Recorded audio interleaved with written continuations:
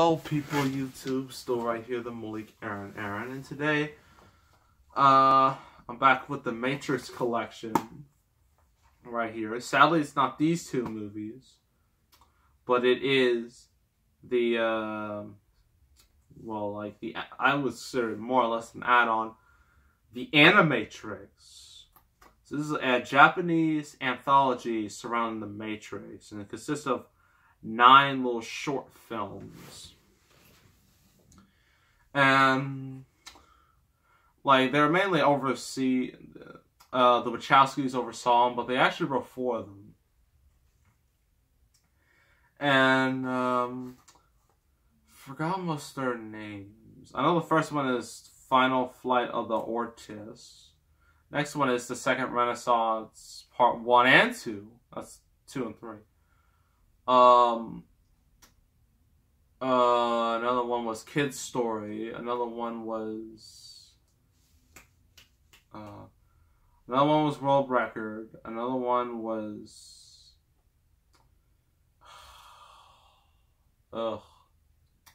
forget these things. But yeah, well, the first one was Final Flight of the Ortis. This one's in CGI. And you have this chick and this dude, they're sparring with each other, they have their uniforms on, and then they have swords and they fight, and little by little more clothing on them comes off. Don't worry, they don't show anything. And then you realize that's just a simulation. And then in the real world, they're on a ship, and then they're fighting all the machines. And so, lady, it's I'm going to the Matrix. I'm going to do something. I'm gonna put off an envelope for some reason. I guess a message to others. But then everyone in that ship dies, including her real body, and now she's dead in the Matrix. So that's the first one. The second one was a 2-parter, the Second Renaissance, and it basically describes how the Matrix came to be in the first place. Because humans successfully made AI. Robots, and they make a bunch of them to do their bidding, and then humanity became lazy about it until one of these robots decides to I don't know if it malfunctioned or it was self-defense. I'm not sure, but he ends up killing his owner in a gruesome fashion. He just pulls his old lady and her face is gory. And everyone's just down with the robots. and it looks pretty brutal, honestly. I mean, it almost it's so the way they showed it, just all these robot bodies just in a big old pile, in the dirt, in a little big old grave, and it's a robot holocaust, honestly. It's just it's not pleasant to look at. But then the robots decide, they tried so hard to do something about it, but the humans are just no, leave. Then the robots decide to fight back. And go to this new place, in their little world. And so they can fight back against humanity, and so humanity has the brilliant idea saying, well, if they come from the sky, we just covered the sky in black. So no sunlight. So all the plants die as a result. And they do that. But then humanity eventually, dies. Well, it doesn't die, it surrenders. And the robots eventually, put everyone in these little Matrix simulations, and then that's how the Matrix started. So that one was pretty cool. Another one was Kid's Story. It's surrounding one of the supporting characters in the Matrix sequels, Kid, and it shows how he was originally in the Matrix, but then Neo, he got out of the Matrix. He had to escape to school, and they had to fall down a building, and then bam, he's in the real world with Neo and all of them. Next one, I believe, is another person. Forgot her name. Terrible. I just saw this not too long ago, so I should be remembering this, but I don't. But has like this chick and like this dude. It's like a little, reminds me of like suit of like Sam, and they're both wearing like armor and they're like samurai. One of them is samurai, and then like the dude is just like, "I'll go to the Matrix. You need to come with me." And then she's just like, "No," and then they fight, and then she kills him, and then she awakes from her little Matrix because it was a test. And like the dude's like, "Dude, it's a test. Like, chill out." And then she punches him right in the face, and that's how it ends. Another one is world record. We have this guy who originally set a world record, but then I was revoked because of drug usage. John Jones. So, yeah, he has to, make a comeback, and his trainer's just like, if you do that, you will regret it. Like, it won't end well for you. So he does. Like, he runs really fast, his leg ruptures horribly, but he keeps on going until he sees, I think like agents like come after him, but he outruns all of them. But then he sees the real world, like him, like in his little Matrix thing. And then he's like put back, and then he's back in the race. He realizes, oh snap, what did I just see? Then there's a huge tumble, and still breaks the record, his own record. And then he's never able to walk again. But then like in the end, like in this like with nailed legs to his wheelchair, he stands up and just says, "I'm free." And that's how it ends. Well, that's how that one ends. Another one is from like this girl, forgot her name, I'm so bad. I think Cora, something like that. She has to find her cat, Yurei, little cat, and then she sees like this place, and all these kids just like, you can go to this haunted house, and then they all know it. That's just a bunch of glitches in the Matrix, just some physics-defying stuff, like just like bottles, just like after breaking them they reappear. There's like a door with just an endless void in it. Kids can like they can like jump from high places, and then they can like be like an inch from the ground. They can just fall from an inch from the ground. Like all this stuff, and then then the Matrix, the agents realize, oh snap, there's a glitch. We gotta seal it up, and so they do that. And then the kids are like, oh man, it's terrible. And then that's how that ends. The next one is, it's like a noir type of setting. We have this dude, his name is Ash, so you know he's live. It's like a detective. And then Trinity shows up, and it's just like, you need to come with me. And he's just like, I don't know. I think I know too much. And then the agents come and they fight, well, a bit of a shootout. But then Ash gets hit and realizes, well, I'm gonna die. At least I know a bit about the Matrix. And that's how that ends. And the final one revolves around the fact you have these like rebel humans, and they create their own Matrix. And the reason why they did that is because they captured our robots and try to make them, like not go in the mode that they're currently in, which is humanity is bad. They do things that show them like compassion and goodness and all that. And one of the robots does, like his eyes go from like red to green. But then evil robots show up, and they kill everybody, and then the good robots just like on the sea, just like, And that's how it ends. That's all 9 little episodes of this anthology. But what do I think? Since considering I'm not a big anime watcher. Sorry about that, but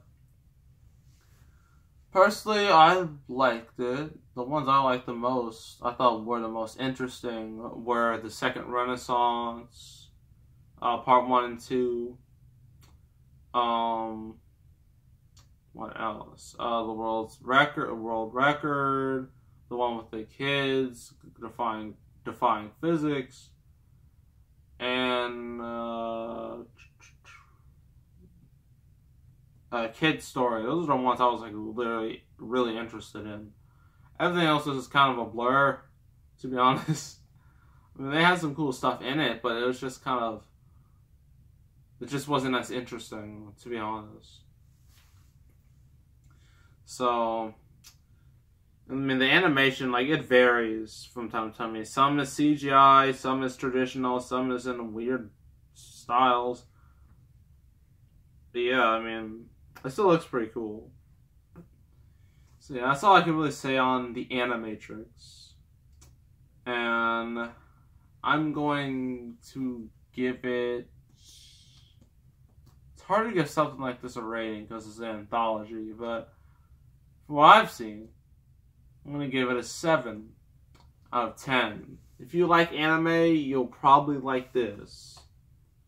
If you like The Matrix, before it went bad, you'll probably like this too.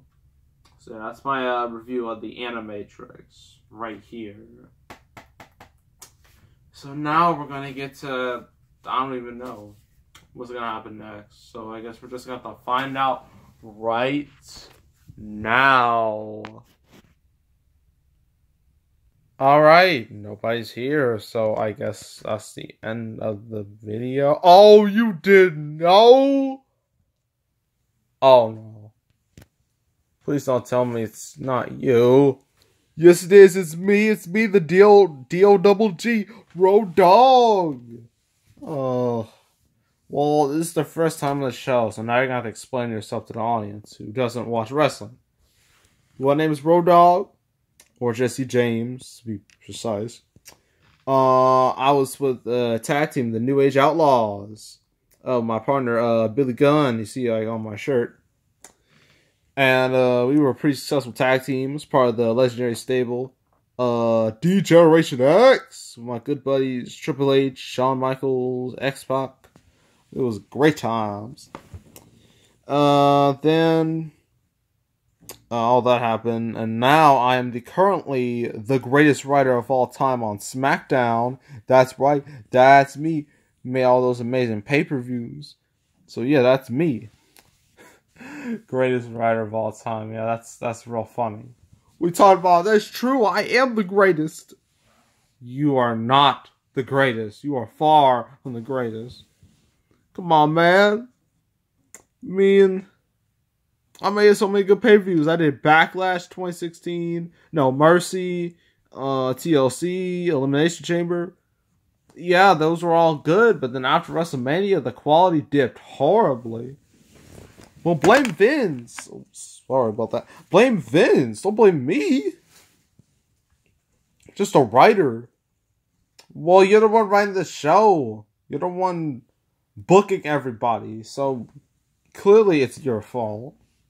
Come on, man. Well, what about Battleground? Road Dogg. Other than the Usos the Usos and New Day match, that show was a complete and utter dumpster fire, and you should know that more than anybody. Come on, man. You lying. It was a great show. No, it was not. It was not a great show. Look all the great stuff I've done. Look what I did to Jinder Mahal. He's boring and as a champion. All he does is make fun of USA. What about that Kevin Owens AJ Styles feud? That was terrible. That was just a bunch of hot potato in the belt. What about the women's division? They're all irrelevant now. Charlotte is completely irrelevant compared to last year. What about Sami Zayn? You haven't done nothing for him. He is still buried hard right now. Well, Well, you know what? Blame all the fans. I blame all the fans for all the shortcomings, because all they do is like to whine, complain, and because they're a bunch of fat losers that'll never get jobs, never become a success like me, the D-O-double-G. Road Dogg, you do realize that making fun of the fans is a horrible idea, because they're the ones paying for the product. So, more people will come to the product anyway. Clearly not. If you've seen the recent attendance, they're awful. Well, shut up. You don't know nothing about wrestling. I watched it for 7 years. I looked at it constantly. So, I know all the secrets. I know what goes on backstage and all of that. So I know more than enough about wrestling. Clearly don't. Because I'm the D-O-double-G. And I am the best writer of all time. I'm going to have to disagree with that. Hey, it's Sami Zayn. Have fun. You listen right here. What you did to me. Stop looking the other way. You need to talk to me. What are you doing to me on Smackdown? First I was doing terrible on Raw.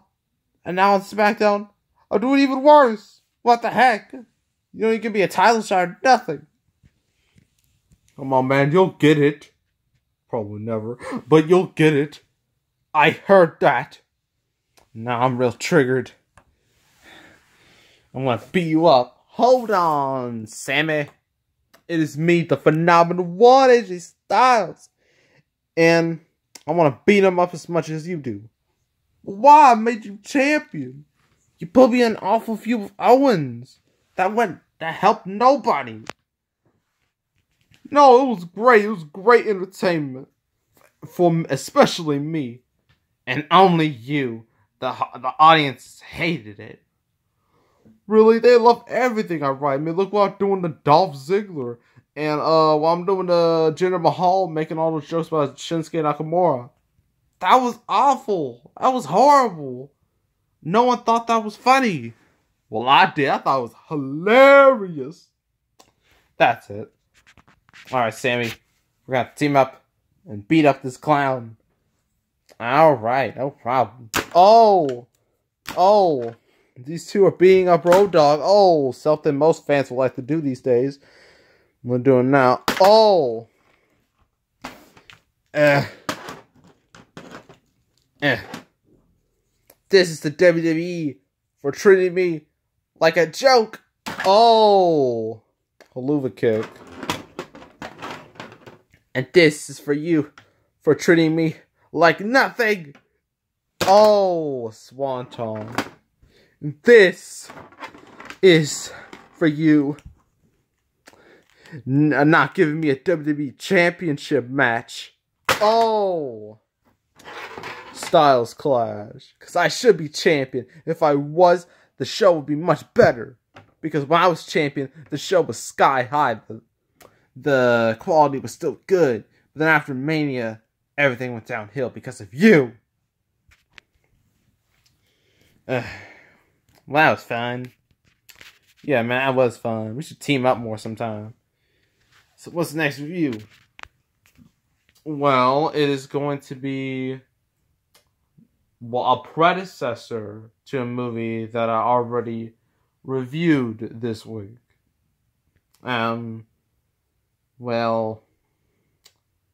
So an original Friday the 13th? No. The Matrix sequels? No, they don't come much later. The original Planet of the Apes? No! Taken 2, technically. Taken 2. Oh. Why, man? Why do you do this to yourself? I don't understand. First you did Taken 3, then the Killing Joke, now Taken 2. Well, it just happens, okay? I have zero control over it.